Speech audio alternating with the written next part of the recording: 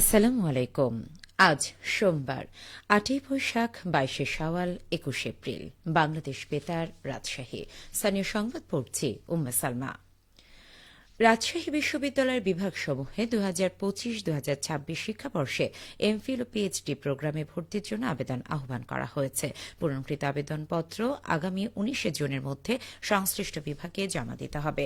গতকাল রাজশাহী বিশ্ববিদ্যালয়ের জনসংযোগ কার্যালয় থেকে পাঠানো এক প্রেস বিজ্ঞপ্তিতে এই তথ্য জানানো হয়। বিজ্ঞপ্তিতে বলা হয়, ভর্তির যোগ্যতা ও বিস্তারিত তথ্যসহ পূর্ণ বিজ্ঞপ্তি এবং প্রাথমিক আবেদনপত্রের নমুনা বিশ্ববিদ্যালয় ওয়েবসাইটে পাওয়া যাবে।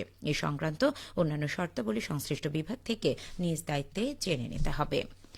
দেশের উন্নয়নে নারীদের জনসম্পৃক্ততা বৃদ্ধির লক্ষ্যে জেলা তথ্য অফিসের আয়োজনে নাটোরে উঠান বৈঠক অনুষ্ঠিত হয়েছে।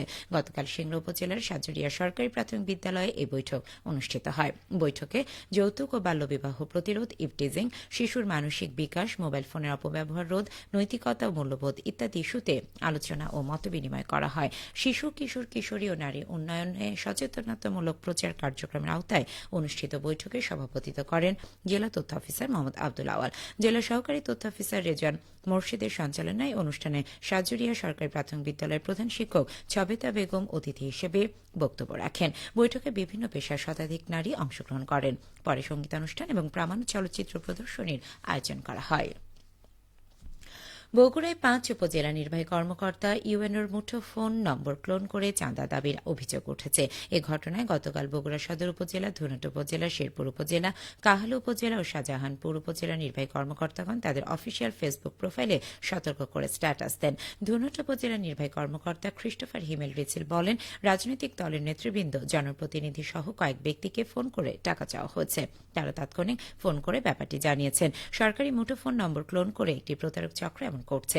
এই ক্লোনের বিষয়টি জানতে পেরে তাৎক্ষণিকভাবে সামাজিক যোগাযোগ মাধ্যমে সবাইকে সতর্ক করা হয়েছে। বিষয়টি ঊর্ধ্বতন কর্মকর্তাদেরও জানানো হয়েছে। সিরাজগঞ্জের তাড়াশে মামা মামি ও মামাতো বোন হত্যার দায়ে রাজীব কুমার ভৌমিক নামের এক যুবককে মৃত্যুদণ্ড দিয়েছেন আদালত। একই সঙ্গে ১ লাখ টাকা জরিমানা, অনাদায়ে আরও ৬ মাসের বিনাশ্রম কারাদণ্ড দেওয়া হয়েছে। গতকাল সিরাজগঞ্জের অতিরিক্ত দায়রা জজ আদালত ৩ এর বিচারক মোহাম্মদ মাহবুবুর রহমান এ আদেশ দেন। আদালতের অতিরিক্ত পিপি হামিদুল ইসলাম দুলাল এ তথ্য নিশ্চিত করে বলেন, আসামি গত বছরের ৯ ডিসেম্বর উচ্চ আদালত থেকে জামিন নেওয়ার পর থেকে পলাতক রয়েছেন। গ্রেপ্তারের পর সাজা কার্যকর হবে। উল্লেখ্য, টাকা পয়সা লেনদেন নিয়ে দ্বন্দ্বের জেরে গত বছরের ২৭শে জানুয়ারি সিরাজগঞ্জের তারাস পৌর এলাকার বারুয়ারি বটতলা মহল্লার বাসিন্দা বিকাশ সরকার, তাঁর স্ত্রী স্বর্ণা রানী সরকার ও মেয়ে তারা সরকার বালিকা উচ্চ বিদ্যালয়ের ১০ম শ্রেণীর শিক্ষার্থী পারমিতা সরকার তুষিকে গলা কেটে হত্যা করা হয়। এই মামলার প্রধান আসামি রাজীব। বগুড়ার কাহাল উপজেলার সাব রেজিস্ট্রি অফিসে দুদকের অভিযান ১৪,৪৯০ টাকা জব্দ করা হয়েছে। গতকাল দলিল সম্পাদন করতে জমির মালিকদের নিকট থেকে অতিরিক্ত টাকা আদায়ের অভিযোগে দুদক ওই সাব রেজিস্ট্রি অফিসে সাব রেজিস্ট্রার মোহাম্মদ সোলাইমান আলীর উপস্থিতিতে অভিযান চালিয়ে টাকা জব্দ করে। অভিযানে দুদক বগুড়ার সহকারী পরিচালক মোহাম্মদ জাহিদুল ইসলাম, কোর্ট পরিদর্শক জাহিদুল ইসলাম তুষার, এএসআই আকরাম হোসেন উপস্থিত ছিলেন। এই সময় দলিল সম্পাদনায় অতিরিক্ত ফি নেওয়ার অভিযোগে ২ নকল নবিশের ড্রয়ার তল্লাশি করে একজনের কাছ থেকে ৯,৯৯০ টাকা, অপরজনের কাছ থেকে ৪,৫০০ টাকা জব্দ করা হয়। নওগাঁর পত্নীতলায় ফসল চাষাবাদে আধুনিক প্রযুক্তির ব্যবহার, পুষ্টি চাহিদা পূরণ, উৎপাদন বাড়ানোর লক্ষ্যে কৃষি বিভাগের আয়োজনে দিনব্যাপী কৃষক প্রশিক্ষণ অনুষ্ঠিত হয়েছে। গতকাল উপজেলা কৃষি অফিসের সম্মেলন কক্ষে অনুষ্ঠিত কর্মশালায় প্রধান অতিথি ছিলেন জেলা কৃষি সম্প্রসারণ অধিদপ্তরের অতিরিক্ত উপপরিচালক মেহেদুল ইসলাম। প্রশিক্ষণ উপজেলায় নির্বাচিত ২৫ জন কৃষক অংশ নেয়। এ সময় তাদেরকে শস্য উৎপাদনে নানাবিধ পরামর্শ প্রদান করা হয়।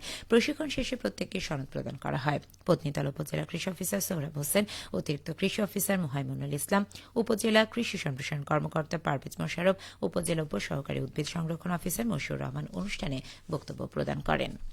পাবনার ভাঙ্গুড়ায় গ্রামীণ কৃষকের উন্নয়ন শীর্ষক সেমিনার অনুষ্ঠিত হয়েছে। গতকাল দিনব্যাপী উপজেলা মডেল মসজিদ সভাকক্ষে এই সেমিনারের আয়োজন করা হয়। উপজেলা কৃষক দলের আয়োজনে এতে উপজেলার ১৫৮টি গ্রামের ৫০০ জন কৃষক অংশ নেয়।